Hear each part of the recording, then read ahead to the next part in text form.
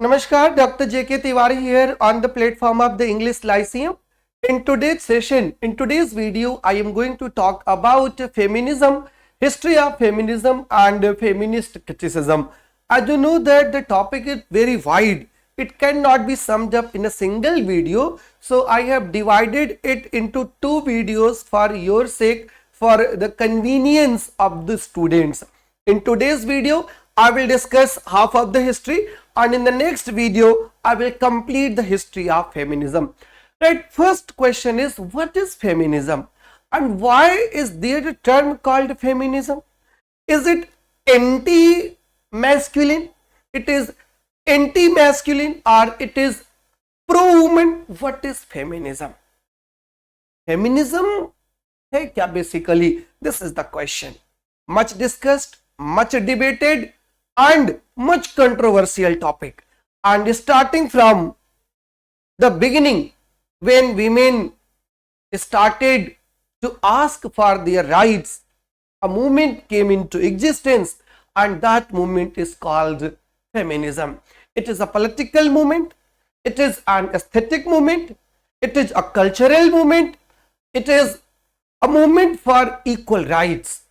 Feminism talks about only one thing: women must be considered human and women must be given the rights that men have been enjoying since time immemorial. The only objective of feminism is to achieve equality, is to get equal status in social, political, economic, everywhere. In all spheres of life, there must be equality between men and women. That is in fact feminism, right? So let's discuss the history of feminism on this platform, the English Lyceum, right? Feminism, this is feminism, the picture that you see here, right? Men and women are equal. Men and women are equal. This is the objective of feminism, right? This is the objective of feminism. Men and women are equal. This is the objective of feminism. What is the definition of feminism? What are the key points of feminism? What is gender equality? What is patriarchy? What is écriture feminine? What is French feminism? What is radical feminism? What is black feminism? What is post-feminism? Feminism. These are the topics that are to be discussed under one umbrella, and that one umbrella is called feminism. Here, this is a definition given one of the most prominent feminists. Who is a feminist? A feminist is anyone.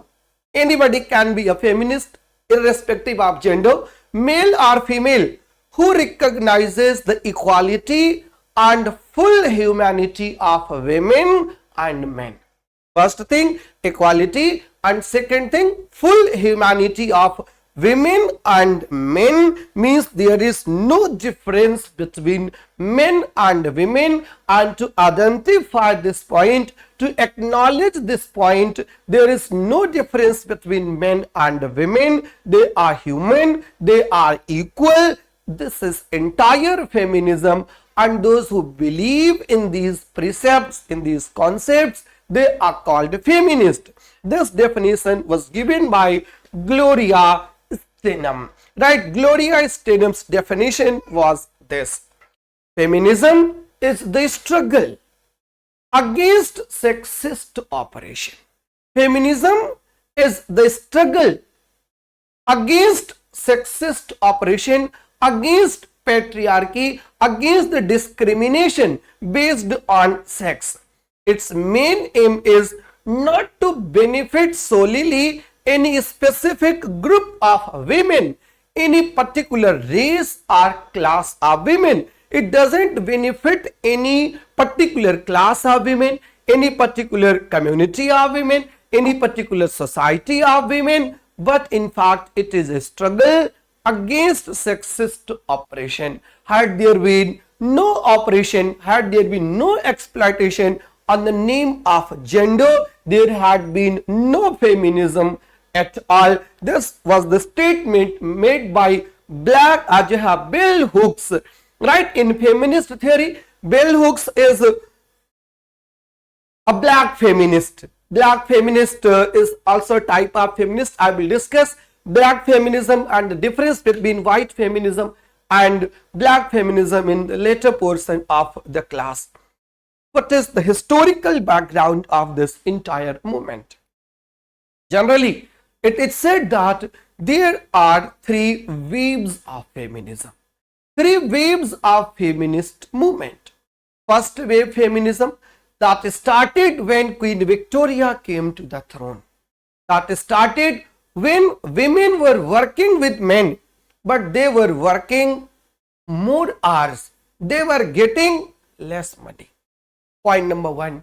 This was the time, during the time of Queen Victoria, when women writers were not accepted by the society. They were not supposed to write. They were not supposed to be equal to men. That's why they were forced to adopt male names. For example, Mary Ann Evans adopted a male name and she became George Eliot.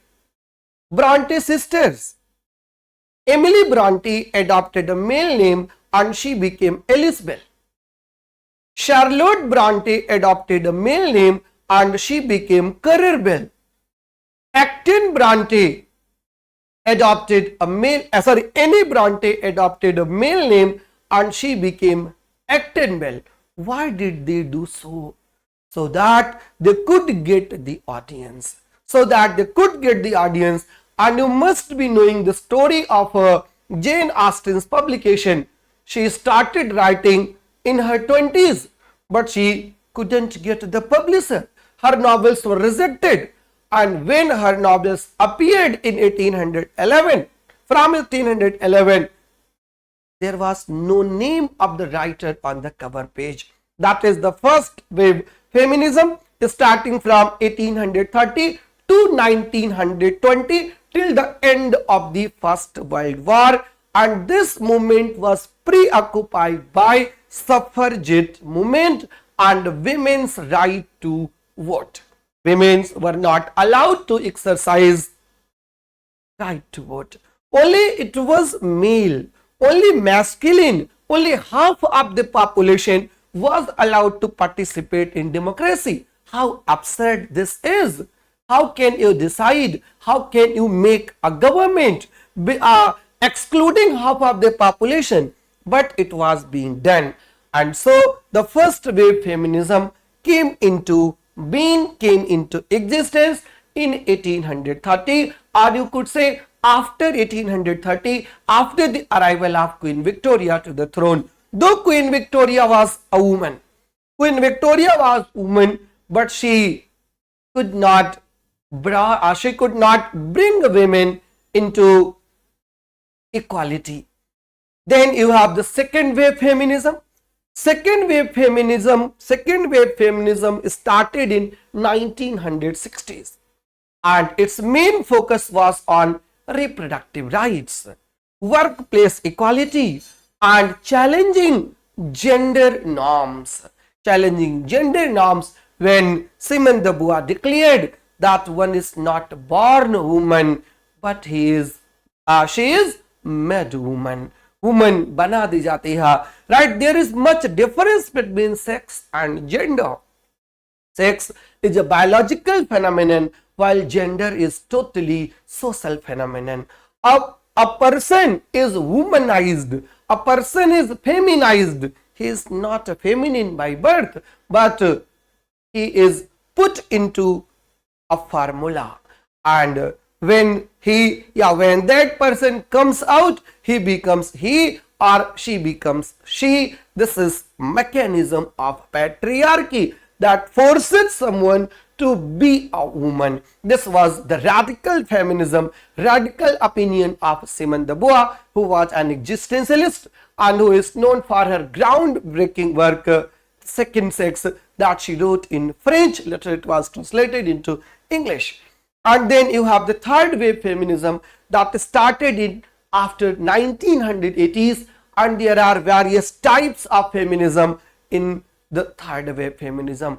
First two feminism just talked about equality in all spheres, political, financial, economic, in all spheres they were seeking equality. But when we come to the third wave of feminism after 1980s, we have variety of feminism, like we have post-colonial feminism, we have post-feminism, we have black feminism, we have intersectionality, right? We have various types of feminism in the third wave, that is called post-feminism, intersectionality, inclusivity, and addressing global issues, cyber feminism, ecofeminism, and emergence of post-colonial slant to feminist theory. This was the historical background, and in the beginning there were a few key terms like patriarchy. Patriarchy means understanding systematic operation, understanding systematic operation committed by the male, committed by the men. And then gender roles was suggested, it's divine, but that was in fact not divine. Even the entire universe, entire world has been made by men, and men has the world for their sake, not for the sake of women. Man has fixed the formula, man has decided the rule, man has made the society, and woman doesn't have her say, right? That is breaking free from societal expectations, and intersectionality is recognizing how race, class, sexuality, and other factors intersect with gender, right? Patriarchy. There are two terms here you see on your screen, feminists and feminazis.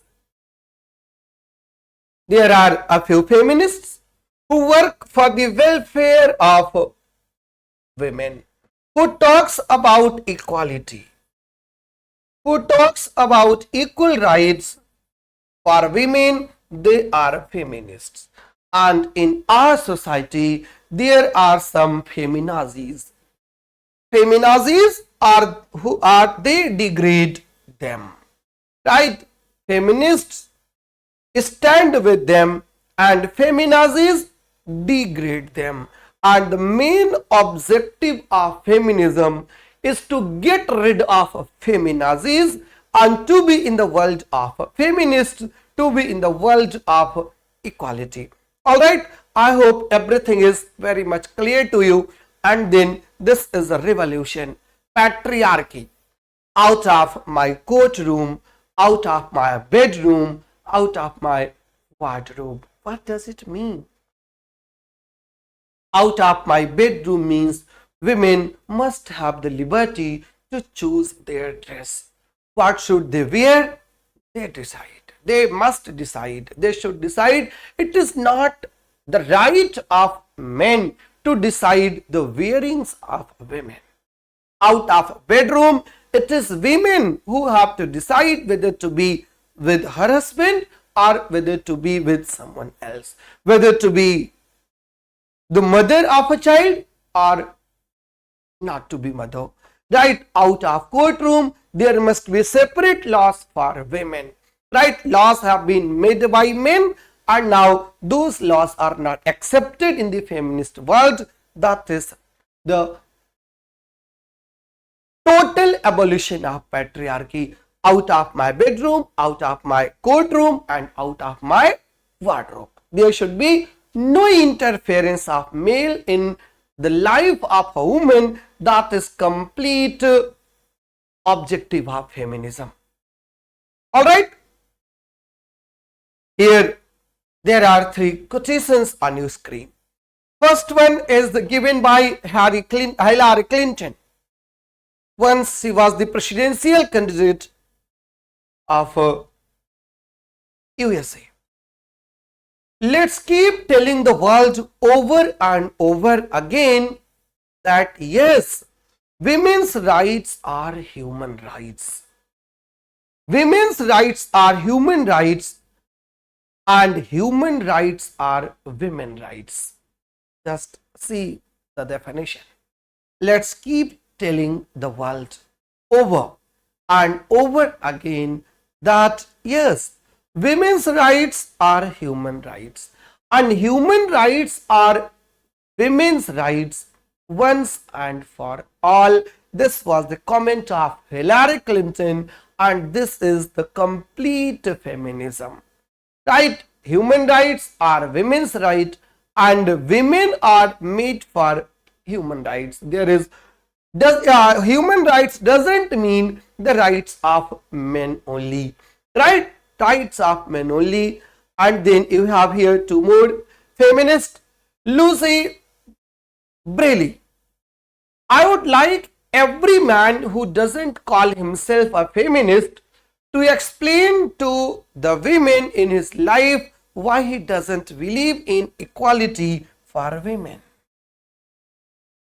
I would like every man who doesn't call himself a feminist to explain to the women in his life why he doesn't believe in equality for women. हर व्यक्ति से ये पूछना चाहती हूं जो अपने आप को फेमिनिस्ट नहीं कहता, वो ये बताए कि उसे विमेन राइट्स के साथ दिक्कत क्या है, वो विमेन को इक्वल राइट्स क्यों नहीं देना चाहता है। कोई ऐसा कहने वाला कि वो विमेन को इक्वल राइट्स नहीं देना चाहता, तो क्यों नहीं देना चाहता। And the next comment is feminism is not a dirty word. Don't think that feminists are only seeking the rights at the cost of males' right. No. They do not want to violate the system. Just they want rights. Nothing more than that. Right? They want equal rights. That's all. Feminism is not a dirty word. It doesn't mean you hate men. It doesn't mean you hate girls that have nice legs and a tan, and it doesn't mean you are a bitch or a dyke. It means you believe in equality. That is feminism, right? It means you believe in equality. That is feminism. Feminism doesn't mean you hate men. Feminism doesn't mean you hate girls. Feminism doesn't mean anything else except that it means you believe in equality. This was the comment given by Kate Nash. Right? Now, I come to the theoretical history of feminism. The first one is here, Mary Wollstonecraft. Mary Wollstonecraft was the wife of a radical political philosopher William Godwin. She was the mother of the novelist Mary Shelley, and she was mother-in-law of a revolutionary poet of the time, P.B. Shelley. P.B. Shelley, Mary Shelley, William Godwin, they were the philosophers. They were the political philosophers. They were the revolutionaries of the time. Mary Wollstonecraft was one of the first who talked about women's rights. She wrote an essay in 1792, A Vindication of the Rights of Women. A vindication of the rights of women means a justification of the rights of women. Women must have rights, and she justified. Mary Wollstonecraft justified. She said that women could be empowered only by giving education. Before Mary Wollstonecraft, there was a great philosopher, Rousseau. Rousseau had said that women didn't need education. Mary Wollstonecraft was against this philosophy. She said that women must get education only, and only proper education can empower a woman. And second thing, she said that a woman should not consider herself subservient to male, subservient to her husband, but she should consider her a companion to her husband. Companion means equal. She should consider herself equal. Right? There is no difference between husband and wife and a woman should consider it. A woman should behave like a companion. She should not accept the pressure of the society. और कब accept नहीं करेगी pressure वो? Once she is educated, she is properly educated. She rejected the pre-established notion that women are weaker and inferior. It was the notion during the Industrial Revolution in England that women are inferior. Women are inferior, men are superior, and she rejected this established social discrimination, right, of inferiority and superiority. She attacked the philosophers like Rousseau, who had argued that women didn't need education, and she said that lack of education keeps the women in a secondary position. Lack of education keeps the women in a secondary position, and getting education means coming to the forefront. Women should strive to be the companion to their male counterpart. They should not treat themselves as a servant but companion. These are the key stances of Mary Wollstonecraft in her essay, A Vindication of the Rights of Women. Socialization of women, social training, these must be rejected. Reason should be preferred to emotion and sensibility. It was said that women are more emotional than men, and Mary Wollstonecraft said that women should tackle the world with rationality, not with emotion. Emotion should be there, but reason must prevail. Actually, Mary Wollstonecraft was highly influenced by the philosophy of enlightenment, by the philosophy of 18th century. Reason must prevail, right? 18th century is called the age of prose and reason. The age of prose and reason, and she wrote the essay in 18th century. She was enlightened. She was very logical. She was very rational, and she was very right. Women should not give their rights in the hands of men. They should consider themselves companion. They must get education, and philosophers like Rousseau must be discarded. They were just spreading patriarchy. They were not working in favor of women. Though Rousseau wrote a novel on education, Emily, right?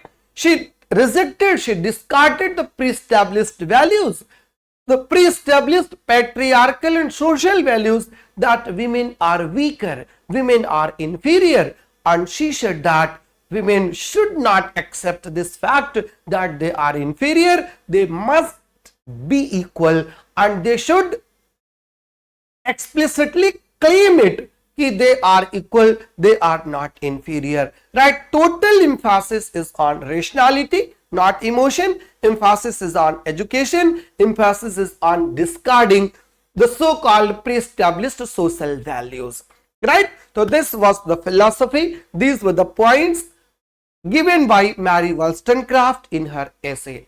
And then in the mid of the 19th century, you have one more feminist, and she is from America, and her name is Margaret Fuller.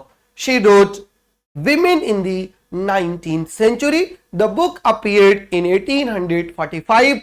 That means just 45 years have passed of the 19th century when the book appeared, Women in the 19th Century. And she also emphasized the need of women's education. Education is the means of emancipation for women. Education, employment, and political rights. Education, employment, and political rights will bring equality in the world of male and female. And she said that there is no feminine role as patriarchy suggests. There is no feminine role and there is no masculine role. There is no complete masculine, no complete feminine. In this way, she was just imagining the philosophy, the concept of androgyny that after 100 years Virginia Woolf imagined in the concept of androgyny. There is no feminine role, there is no masculine role, right? Only education can provide emancipation. Only education is the only thing that is the root of all beauty. If you are educated, everything is in your hand. If you are not educated, you will remain a slave. इसीलिए कहा जाता था कि education can give you whatever you want, whatever you desire. But if the government is playing with education and educational system, you could imagine what's going to happen in future. I am not taking the name of any government, but the system that is running education is not in good hands. Everybody knows, right? Complete masculine or female, there is nothing such roles. And then you have the philosopher, the feminist Virginia Woolf. Virginia Woolf was the member of a society, member of a group, member of a club called Bloomsbury Group, Bloomsbury Club. Bloomsbury Group was a loose association of the intellectuals in the first decade of the 20th century. E.M. Foster, J.M. Keynes, Rosa Fry, Virginia Woolf, and sister of Virginia Woolf, husband of Virginia Woolf, and Virginia Woolf's brother-in-law, Clive Bell, Vanessa Bell, Stephen, right? Everyone was a part of the group. And that group talked about openness of sexuality. Virginia Woolf focused on gender and identity in her magnum opus, well established lectures that were later edited and published in a single volume, A Room of One's Own. In A Room of One's Own, she says that if a woman wants to be a writer, if a woman wants to write something, if she has to show her creativity, then she must have two things. First one is financial freedom, and second one is privacy. Privacy and financial freedom, these two things are prerequisite for a woman to be a writer. If she doesn't have the financial freedom, she can't be creative. Her creativity will be suppressed. And if she doesn't have the privacy, she cannot write it. These were the two thoughts. These are the two facts, 2 points that Virginia Woolf emphasized in her A Room of One's Own. In the book, she imagined a sister of William Shakespeare under the name Judith Shakespeare, and she said that had Shakespeare had a sister called Judith Shakespeare, she wouldn't have been as successful as Shakespeare had been. Why? Because she would have been a woman, and she wouldn't have been given the same opportunity that William Shakespeare had been given. And क्या किया होता उसने? In frustration, she would have committed suicide. Judith Shakespeare. Judith Shakespeare was in real the daughter of William Shakespeare. But Virginia Woolf imagines Judith Shakespeare the sister of William Shakespeare. Judith Shakespeare is the prototype. She wouldn't have got the same opportunity that the patriarchal world provided to her brother William Shakespeare. Alright, and in A Room of One's Own, she emphasized the philosophy propagated by Margaret Fuller that there is no complete male, no complete female. Actually, she had already said that the language itself is sexist. The language of patriarchy doesn't allow women to read the text, to understand the text, and she was in favor of a language exclusively for women. And for this, she established a printing press dedicated to women only, Hogarth Press, right? She tried to establish a language for male, a language for female. She couldn't succeed. And once she couldn't succeed, she came to a compromise. And in compromise, she said that nobody is complete male and nobody is complete female. Everyone has the traits of the other. A woman has the traits of a man and a man has the traits of a woman. Hence, she created two terms, manly woman and womanly man. Manly woman or womanly man, that in Indian mythology, Ardhanarishwar. Ardhanarishwar, neither complete male nor complete female. Right?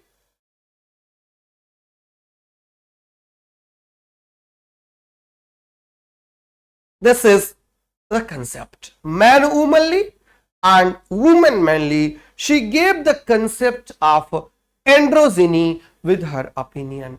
Androgyny, root andro means male. Andro means male and zyny means female, and androgyny means manly woman and womanly man. Andro means male and zyny means female, right? And she not only philosophized, but she created such a character in her novel Orlando. Orlando, a biography. When Orlando was born during the reign of Queen Elizabeth, he was a male for 30 years. And after the death of Queen Elizabeth, he became a she. He became a female, and as a female, she lived for 300 years. Orlando, a biography, was a satirical account of the history of English literature right from the Elizabethan period to the present age, when the novel was published in 1928, because the character, the protagonist, lived the life of around 3.5 century, first as a male, then as a female. So he must have been acquainted with all the prominent writers like William Shakespeare, like Dryden, like Ben Jonson, like Webster, like Alexander Pope, like Samuel Johnson, like all the romantic poets and Victorian poets. So the novel is the satirical history of English literature. Orlando, a biography, where she creates the character of manly woman, woman manly, and gave the concept of androgyny, that is male as well as female. Alright, let's understand the term androgyny in her own words. In each of us, two parts preside. In each of us, two parts preside, one male, one female. And in the man's brain, the man predominates over the woman. In man's brain, the man predominates over the woman, and in the woman's brain, the woman predominates over the man. The normal and comfortable state of being is that when the two live in harmony together, spiritually cooperating. Right? The real beauty is when the two live together, when they become Ardhanarishwar, when they become half of the male, half of the female. Right? This was the philosophy of Virginia Woolf in her essay, A Room of One's Own. I think every point would have been very much clear to you. And if you have any doubt, comment box is open for you. You can write your comments, you can give your feedback, you could give your suggestions, and your suggestions and feedback are very welcome, are very important to me for my further lectures. In the previous season, I had made around 25 videos on literary criticism, starting from Plato, Aristotle, Renaissance criticism, Sir Philip Sidney, and then Ben Jonson, John Dryden, Alexander Pope, Dr. Samuel Johnson, and then separate videos on neoclassical criticism, Wordsworth's theory of poetry, Samuel Taylor Coleridge as a critic, his lectures on William Shakespeare, Hazlitt as a critic, Keats as a critic, Shelley as a critic, Matthew Arnold as a critic, function of criticism, T.S. Eliot as a critic. So there are so many videos on literary criticism, and I try to complete each and every critic of English literature, right?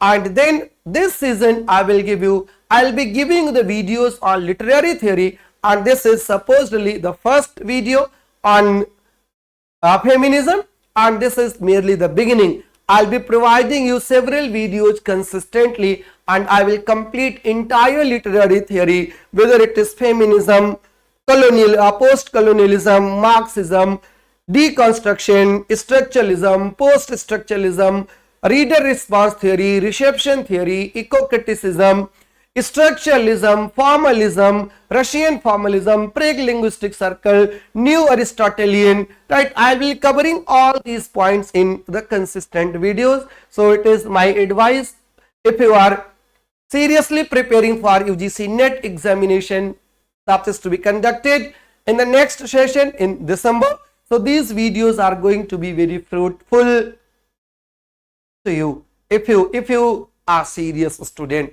right? So let's proceed. So this was the quotation from the book A Room of One's Own, right? A Room of One's Own, written by Virginia Woolf. Clear? Androgyny, man womanly, woman manly. Androgyny has been a recurring theme in literature, art and popular culture, challenging audiences to reconsider their perceptions of gender. Shakespeare's character Puck in A Midsummer Night's Dream, who embodies both masculine and feminine qualities. David Bowie, a musician known for his androgynous persona and gender-bending fashion. The paintings of Renaissance artist Leonardo da Vinci, which often depict ambiguous gender characteristics. This is the novel of Virginia Woolf, Orlando, where she talks about androgyny, where she gives the character who has androgynic attitude, right? This is the picture here once again, and this is the picture of a revolution of women, right? Republic Francaise, La Ville de Paris, 1883. Prostitution, come and tribble. The sentences are written in French, and this was a movement on the rights of women. From Virginia Woolf, we come to another feminist, that is Simone de Beauvoir. Simone de Beauvoir was a French feminist. She was an existentialist. She was living with one of the giants of existential philosophy, the Nobel laureate Paul Sartre.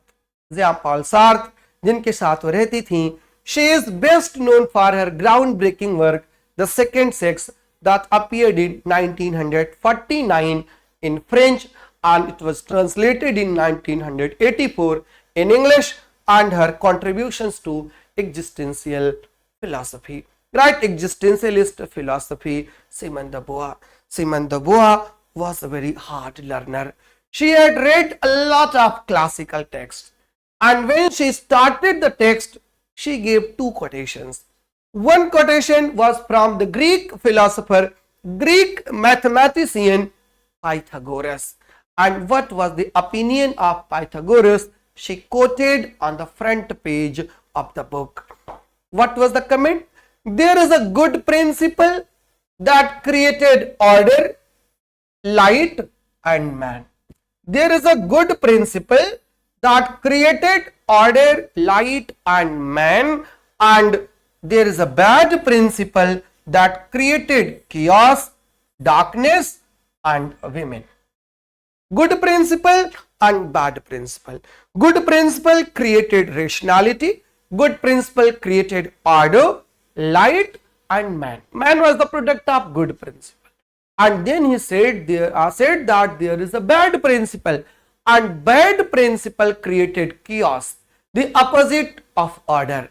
It created opposite of light, darkness, and it created opposite of man, woman. This was the philosophy, this was the opinion, this was the thought of Pythagoras. And she quoted another writer, Pauline Gila Bar. Everything that has been written by men about women should be viewed with suspicion because they are both judge and the party. So this was the situation. This was the situation. And what should be done? What should be done to achieve equality? What should be done? Then the statement of Pauline de la Barre, everything that has been written by men about women should be viewed with suspicion. Whatever male writers wrote about women, that is not true. It should be judged. It should be re-evaluated from a different perspective because it is written by men and men were the judge as well as the party. And when the criminal himself is the judge, what judgment will he give? Everybody knows. Man is the criminal. Man, why man is the criminal? Because he has, you could say, relegated women to the periphery, relegated them to the margin, and man is in the center. You will read concept later. Phallocentrism. Phallus is in the center. Man is in the center and women is in the margin. And when women is on the margin, why should we take males writing as it is? Males writing are very much volatile. We must not believe in their writing. We must evaluate them. We must judge them. Right? She propagated existential feminism. De Beauvoir's existential philosophy emphasizes individual freedom and the responsibility to create one's own identity.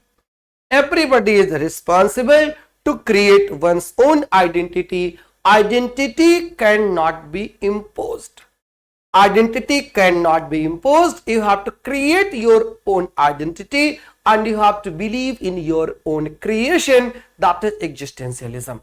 She argues that women, like men, are fundamentally free, being capable of shaping their own destinies. There is no difference between men and women. Men is fundamentally free, as he has declared, so is women. Women are also fundamentally free beings. They are capable of shaping their own destinies. Man has no right to shape the destinies of the world. A right to shape the destinies of women. Women has the potential. Women have the potential. They have the power to decide their destiny, to shape their career. Right? The second sex, her magnum opus. What is the second sex? The title suggests that there are two sexes.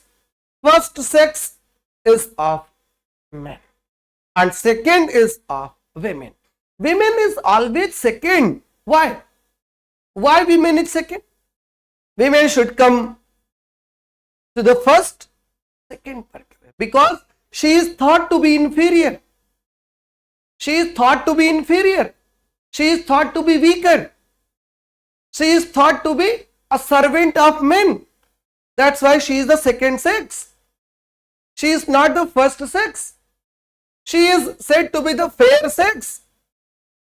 She is fair. It means man is not fair. Man has dealt unfairly. Female is fair. Right? Second sex. Woman comes second, man comes first. But in our mythology, in Indian philosophy, Indian mythology, ladies come first. Ladies come first. We take the name Sitaram.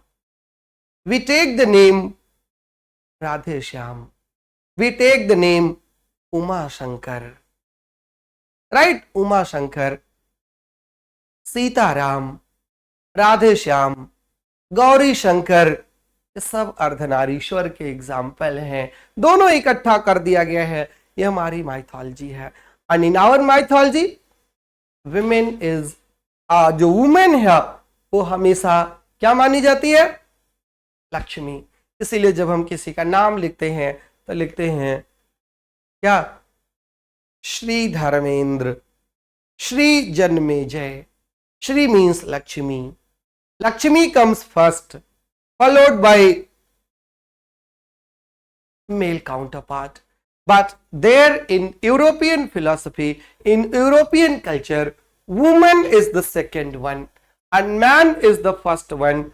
Man and woman, right? Second sex, right, is a comprehensive analysis of the history, sociology and psychology of men's operation. The book explores the ways in which women have been relegated to the status of the other in relation to men, perpetuating their subordinate position in history. Two separate beings placed in different situations, confronting each other in their freedom and seeking the justification of existence through each other, will always live an adventure full of risks and promises. This is the quotation from Simone de Beauvoir's Second Sex. The myth of women. What is the myth of women? The myth of women is she is always subordinate. She is never the boss. She is always a helper. She is always an assistant. She is always emotional. This is a myth. De Beauvoir deconstructs the myth of woman as the other in relation to man, challenging essentialist notion of femininity. She argues that women have historically been defined and marginalized in relation to men, perpetuating their subordinate status. Tennyson had once written, "A man is for the sword, for the needle is she." Needle के लिए she है, sword के लिए he है। ये discrimination था in his poem The Princess. Right? So the myth of women is woman is other, woman is subservient, woman is marginalized, woman is the other, woman is the second. Right? The book explores the ways in which women's sexuality and reproductive functions have been objectified and controlled by men. She argues that women's bodies have been historically appropriated for male pleasure and reproduction, reinforcing their subjugation.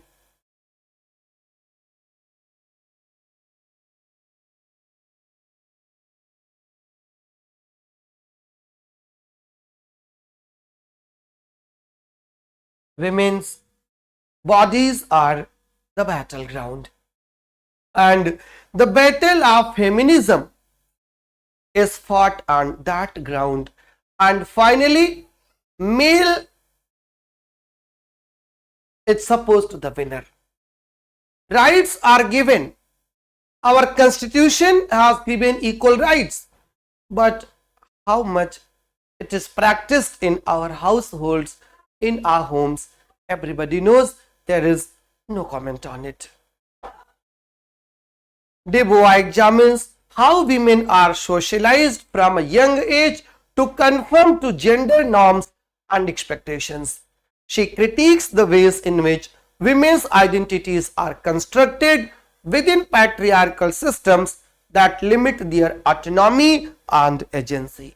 And it is we male, I take the responsibility, I take the onus, who decides what should be done by his daughter, what should not be done by his daughter, how his sister should behave, how should she go to the society, and we have already decided.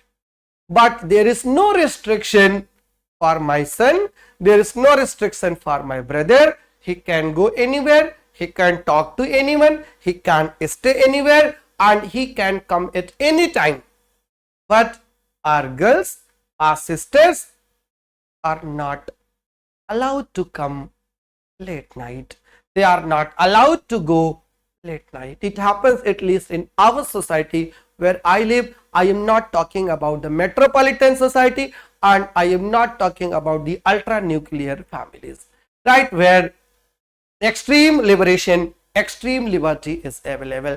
In our society, in our middle class society, the situation is still the same, though after 2.5 centuries of struggle for equal rights, right? We decide one is not born but rather becomes a woman. This was the statement of Simone de Beauvoir.